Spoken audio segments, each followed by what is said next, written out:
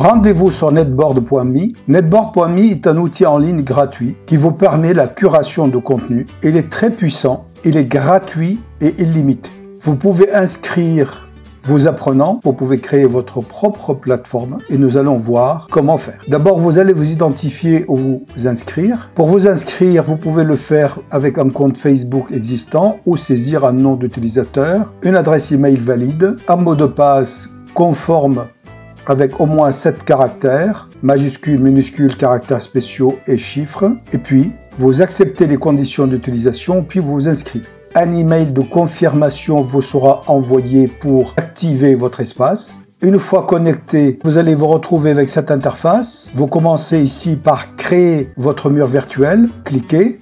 Commencez par donner le nom de votre mur virtuel. Paramétrez l'accès en privé ou en public. Sa mise en page, le modèle que vous pouvez remodifier. Également les couleurs qui vont avec. L'adresse. Cette adresse est basée sur le nom que vous avez donné en haut ou bien vous pouvez décocher ici. Vous pouvez donner le nom de votre choix. Précisez les options auxquelles les utilisateurs ont accès. Paramétrez les autorisations accordées aux co-auteurs. Puis créer. Pour commencer à ajouter des ressources sur ce mur virtuel, vous devez activer le mode modification. Vous cliquez sur modifier ici. Post, ça veut dire vous allez pouvoir ici publier n'importe quel lien trouvé. Exemple, je prends l'adresse du site de la DAFPIC sur mon mur.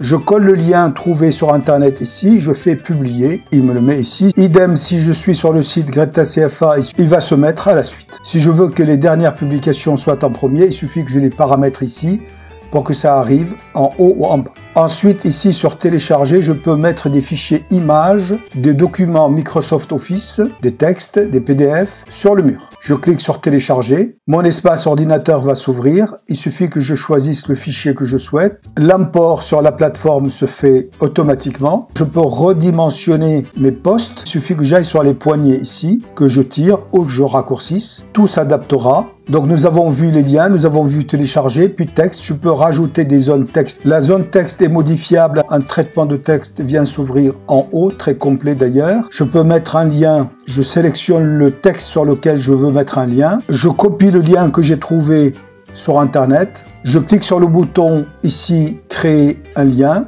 Je le colle. Je fais ajouter et le lien a été mis ici. Je peux mettre du texte, je peux insérer des images. Vous pouvez ajouter des images depuis votre ordinateur en les téléchargeant et ces images-là arrivent aussi. Vous pouvez faire un lien sur une image en cliquant sur l'image, puis vous prenez ici le lien, vous saisissez le lien en copier-coller ici, vous faites ajouter et le lien est opérationnel sur l'image. Et j'enregistre ici. Sauvegarder est obligatoire puisque l'enregistrement n'est pas automatique. Vous pouvez incorporer des balises HTML proposées par les sites. Vous cliquez ici, vous allez devoir coller ici un code HTML. Je vous rassure, c'est pas vous qui l'inventez. Je vous montre ici l'exemple d'une vidéo trouvée sur YouTube. Eh bien, dès que vous êtes sur la vidéo, vous avez le bouton partager ici. Vous cliquez, vous avez le code qu'on cherche en premier. Que vous soyez sur YouTube ou Dailymotion ou autre, d'ailleurs, c'est la même chose. Vous cliquez ici, il vous propose un code ici. Vous avez toujours un bouton copier à votre disposition, donc vous copiez. Vous allez sur votre mur et ici, vous faites coller et vous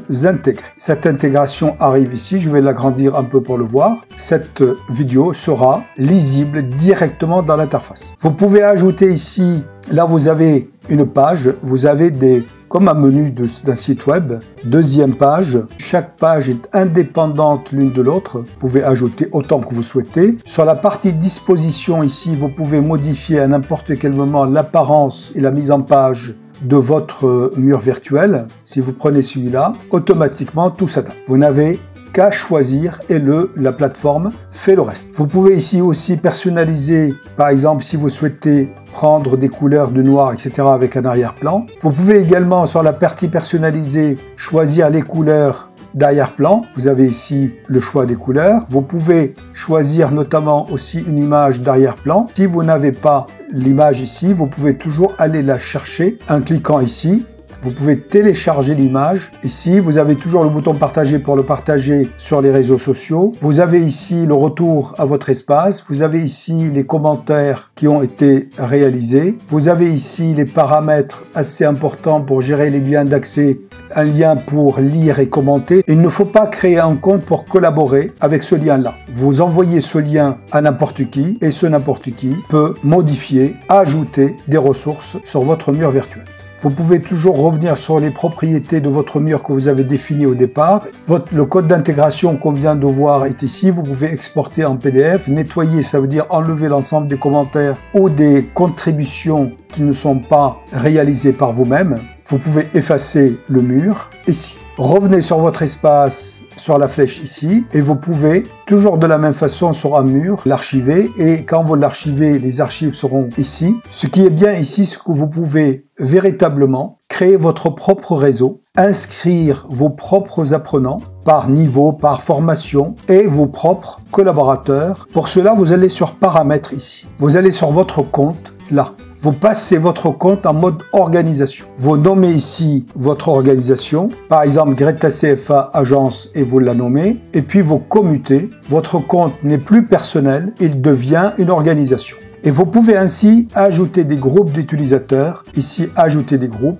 Vous pouvez appeler ici par exemple des collègues, vous ajoutez, vous continuez à ajouter vos groupes. Vous allez ici par exemple ajouter un groupe apprenant formation X. Vous ajoutez, pareil, prenant formation Y. Pour ajouter les utilisateurs, rien de plus facile, vous allez sur utilisateur ici. Vous pouvez ajouter les utilisateurs manuellement en cliquant sur ajouter. Donc vous remplissez les champs. Vous définissez le rôle, mais je ne vous conseille pas de le faire manuellement, sauf si vous avez 2 ou 3 apprenants. Si vous avez jusqu'à 100 apprenants, vous allez sur Importer, vous allez télécharger le modèle, vous allez l'ouvrir, vous commencez par remplir les noms de vos utilisateurs. Si vous avez choisi un login, eh bien très bien, donc vous prenez, attention, il ne faut pas de points ni d'espace. Si vous remplissez un email, vous pouvez choisir à ce que la plateforme lui envoie une invitation avec son mot de passe. Et s'il n'y a pas d'email, ben ce n'est pas grave, vous allez tout récupérer à l'aide d'un classeur Excel. Vous revenez ici, une fois que vous avez rempli les utilisateurs, vous allez sur télécharger à nouveau